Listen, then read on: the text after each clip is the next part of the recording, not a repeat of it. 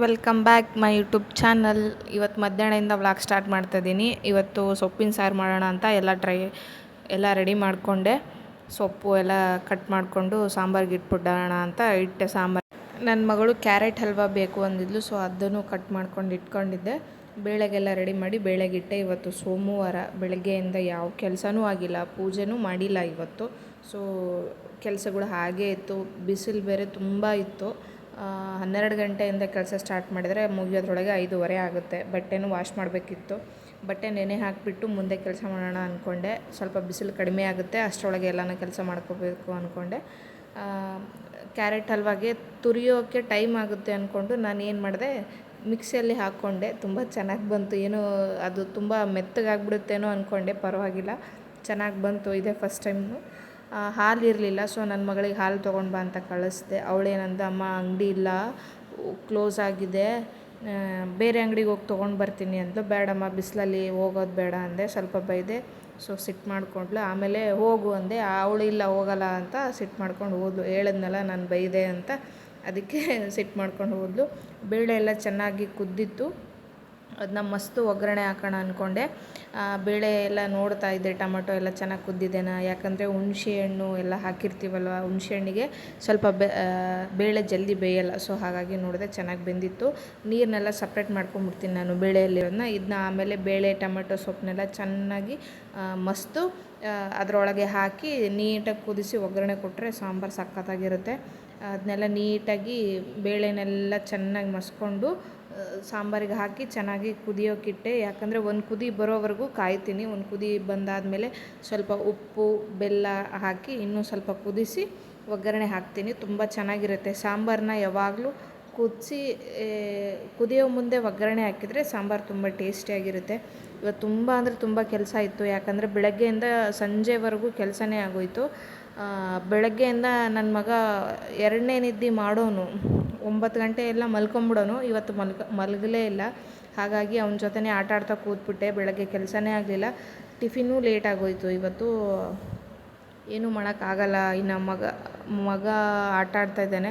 ಅವನು ನೋಡಿಕೊಂಡು ಕೆಲಸನೂ ಮಾಡ್ಕೊಳಕ್ಕೆ ಒಂದೊಂದು ಸಾರಿ ಕಷ್ಟ ಅನಿಸುತ್ತೆ, ಒಂದೊಂದು ಸಾರಿ ಈಸಿ ಅನಿಸುತ್ತೆ. ಯಾಕಂದರೆ ಅವ್ನು ಮಲ್ಕೊಂಡೇ ಬಿಡ್ತಾನೆ, ಇಲ್ಲಾಂದರೆ ಇಲ್ಲ. ಸೊ ಹಾಗಾಗಿ ಇವತ್ತು ಮಲಗಿರಲಿಲ್ಲ. ಒಬ್ಬಳೇ ಎಲ್ಲ ಆ ಕಡೆ ಈ ಕಡೆ ಕೆಲಸ ಮಾಡ್ಕೋಬೇಕಾಗಿತ್ತು. ಒಂದೊಂದು ಸಾರಿ ತುಂಬ ಬೇಜಾರಾಗುತ್ತೆ. ಆದರೂ ಏನೂ ಮಾಡೋಕ್ಕಾಗಲ್ಲ, ಕೆಲಸ ಮಾಡ್ಕೋಬೇಕು. ಸಾಂಬಾರು ಚೆನ್ನಾಗಿ ಕುದಿತಾಯಿತ್ತು. ಒಗ್ಗರಣೆ ಕೊಟ್ಟು ಸಾಂಬಾರನ್ನ ಇಳಿಸಿದೆ. ನನ್ನ ಮಗಳು ಹೇಳಿದ್ಲಲ್ವ ಕ್ಯಾರೆಟ್ ಹಲ್ವಾ ಬೇಕು ಅಂತ, ಅದನ್ನು ಮಾಡ್ಕೊಂಬಿಡೋಣ ಆಯಿತು ಅಂತ ಕ್ಯಾರೆಟ್ ಹಲ್ವಾ ಮಾಡಿಕೊಂಡೆ. ಇದೇ ಫಸ್ಟ್ ಟೈಮ್ ನಾನು ಕ್ಯಾರೆಟ್ ಹಲ್ವಾ ಮಾಡಿದ್ದು. ಕ್ಯಾರೆಟ್ ಹಲ್ವಾ ಮಾಡೋಕ್ಕೆ ಬರಲ್ಲ. ಯೂಟ್ಯೂಬಲ್ಲೇ ನೋಡಿಕೊಂಡು ಮಾಡಿದೆ. ಚೆನ್ನಾಗಿ ಸ್ವಲ್ಪ ಹಸಿ ವಾಸನೆ ಹೋಗೋವರೆಗೂ ಕ್ಯಾರೆಟ್ನ ಚೆನ್ನಾಗಿ ಹುರ್ಕೊಂಡೆ. ಹಸಿ ವಾಸನೆ ಎಲ್ಲ ಹೋದಾದಮೇಲೆ ಸ್ವಲ್ಪ ತುಪ್ಪ ಹಾಕಿದೆ. ತುಪ್ಪ ಹಾಕಿ ಇನ್ನೂ ಸ್ವಲ್ಪ ಬಾಡಿಸ್ಕೊಂಡೆ. ಹಸಿ ವಾಸನೆ ಹೋಗಲಿ, ಇನ್ನೂ ಸ್ವಲ್ಪ ಹೋಗಲಿ ಅಂತ. ತುಂಬ ಚೆನ್ನಾಗಿ ಮಿಕ್ಸಿಲಿ ಫೈನ್ ಆಗಿತ್ತು, ಚೆನ್ನಾಗಿತ್ತು, ತರಿಯಾಗಿ ಬಂದಿತ್ತು. ಸೊ ಹಾಗಾಗಿ ಅದನ್ನ ಇನ್ನೂ ಚೆನ್ನಾಗಿ ಹುರ್ಕೊಂಡು ಸ್ವಲ್ಪ ಎಷ್ಟು ಬೇಕೋ ಅಷ್ಟು ಸಕ್ಕರೆ ಹಾಕ್ಕೊಂಡೆ. 2 ಸ್ಪೂನ್ 3 ಸ್ಪೂನ್ ಸಕ್ಕರೆ ಹಾಕ್ಕೊಂಡು ಇನ್ನೂ ಸ್ವಲ್ಪ ಕೈ ಆಡಿಸಿದೆ. ಅದು ನೀರಿನ ಅಂಶ ಬಿಡೋವರೆಗೂ ಕೈ ಆಡಿಸಿ ಆದಮೇಲೆ ನೆನಪಾಯಿತು ಏಲಕ್ಕಿ ಹಾಕೋಣ ಅಂತ ಅಂದ್ಕೊಂಡು ಏಲಕ್ಕಿನೂ ಹಾಕಿದೆ. ಏಲಕ್ಕಿ ಎಲ್ಲ ಹಾಕಾದ್ಮೇಲೆ ಇನ್ನೂ ಸ್ವಲ್ಪ ಫ್ರೈ ಮಾಡಿಕೊಂಡೆ. ಯಾಕಂದರೆ ಅದು ನೀರು ಬಿಡ್ಲಿಕ್ಕೆ ಸ್ಟಾರ್ಟ್ ಆಯಿತು. ಚೆನ್ನಾಗಿ ಫ್ರೈ ಮಾಡಿಕೊಂಡೆ. ನೀರೆಲ್ಲ ಅದು ಕ್ಯಾರೆಟಲ್ಲಿ ಇರಲಿ, ಪಾಕ ಎಲ್ಲ ಇರಲಿ ಅನ್ನೋವರೆಗೂ. ಆಮೇಲೆಲ್ಲ ಹಾಕಾದ್ಮೇಲೆ ಹಾಲು ಹಾಕಿದೆ. 1 ಕಪ್ ಹಾಲು ಹಾಕಿದೆ. ಹಾಲು ಹಾಕಿ ಚೆನ್ನಾಗಿ ಕುದಿಸ್ಕೊಂಡು ಸ್ವಲ್ಪ ದ್ರಾಕ್ಷಿ ಗೋಡಂಬಿ ಹಾಕಿದೆ.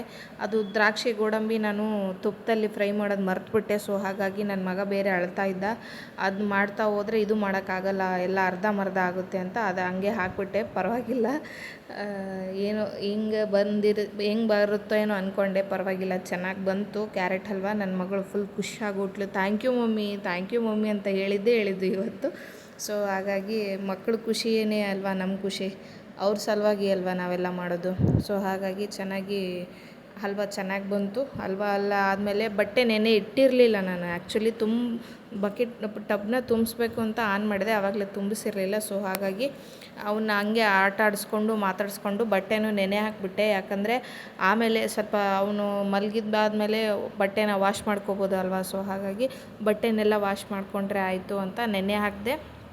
ಸ್ನಾನ ಮಾಡಿ ಊಟ ಮಾಡಬೇಕು ಅಂತ ಅಂದ್ಕೊಂಡೆ. ಬಟ್ ತುಂಬ ಹೊಟ್ಟೆ ಹಸಿತಾ ಇತ್ತು. ಹಸಿವು ತಡ್ಕೊಳಕ್ಕಾಗಲಿಲ್ಲ. ಅವ್ನು ಮಲಗಿದ್ದ. ಅವ್ನು ಎದ್ರೊಳಷ್ಟರೊಳಗೆ ಊಟ ಮಾಡಿಕೊಂಡೆ.